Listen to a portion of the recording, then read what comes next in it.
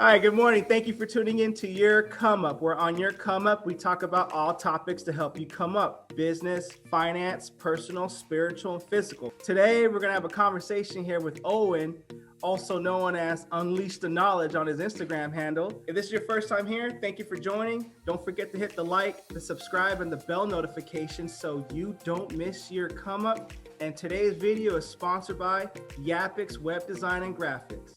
Good morning, Owen. How you doing today? I'm doing great, Nate. Thanks for having me. Oh, thank you for doing this again, my man. Thank you. Always. Got a couple questions to ask you. First question is, how does one collab with an individual on social media? Whether you're trying to make videos or probably in terms of video making, how does one approach and collab with the potential social media influencer? Yeah, it's a great question. So first and foremost, I'd say you have to lead with value.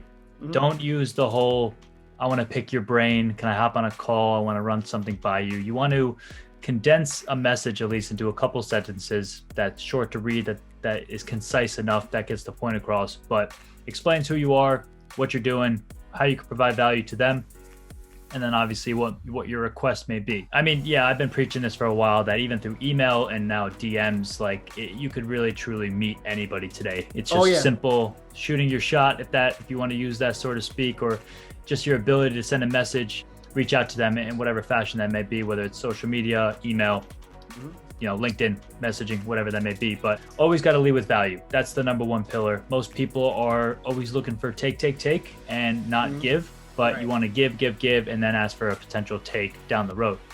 Oh, for sure. So that's the main value right there. I tell that person that's looking to collab with influencers, or really anyone for that matter, whatever you're, sending them the message from, say it's Instagram. You obviously want to build out your Instagram page so it looks clean and it looks aligned with that person for what they're doing, if that's why you're reaching out to them for, because obviously they're going to go back and check what's going on with you before they even answer you, and you want to have that social proof to some degree.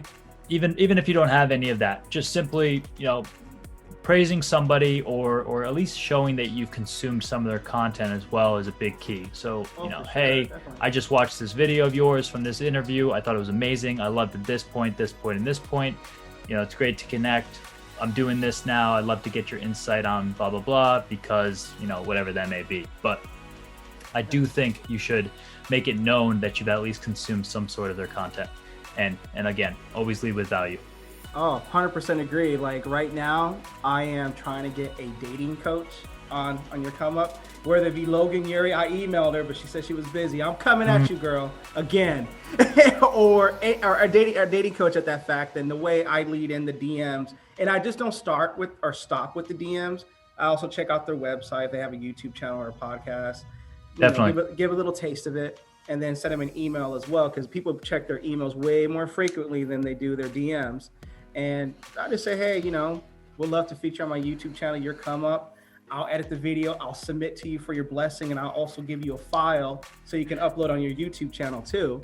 It's been getting like a 20-25% response rate, because not everyone's going to respond to you. They're probably genuinely busy or just don't give a darn. But at least you're giving something in return, you're doing the work, and you're giving them content on their channel so they can promote themselves or, bring it back to them. Definitely. You bring up a good point where don't just send that one DM through just Instagram.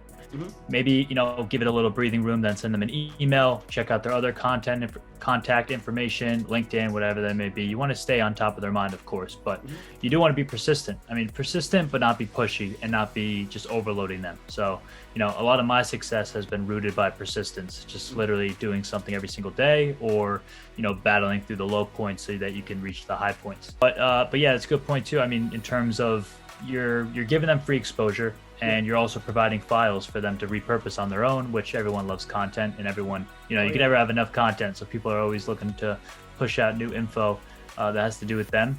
Mm-hmm. And then one last piece I'll include too is it's okay to have somewhat of a skeleton email template, but if you're using the same one for months on end and you're not getting any improvement, you know, Change think that. to have a couple different varitions. Change up that subject header, the subject line, because that's obviously going to be why they click on the email. Not everyone even clicks on emails. They don't, you know, if they're not enticed by the subject line, they won't even get to the body of the paragraph or the body of the email. So whatever you say there won't even be seen. But yeah, definitely switch up the copy. I mean, literally probably every few weeks, if not on a daily basis, and just see what converts better. What's your favorite subject line before I go into the next question? Because the one I use that seems to be okay is the subject is, I know you're busy, but what do you use? Or Yeah, what's your favorite?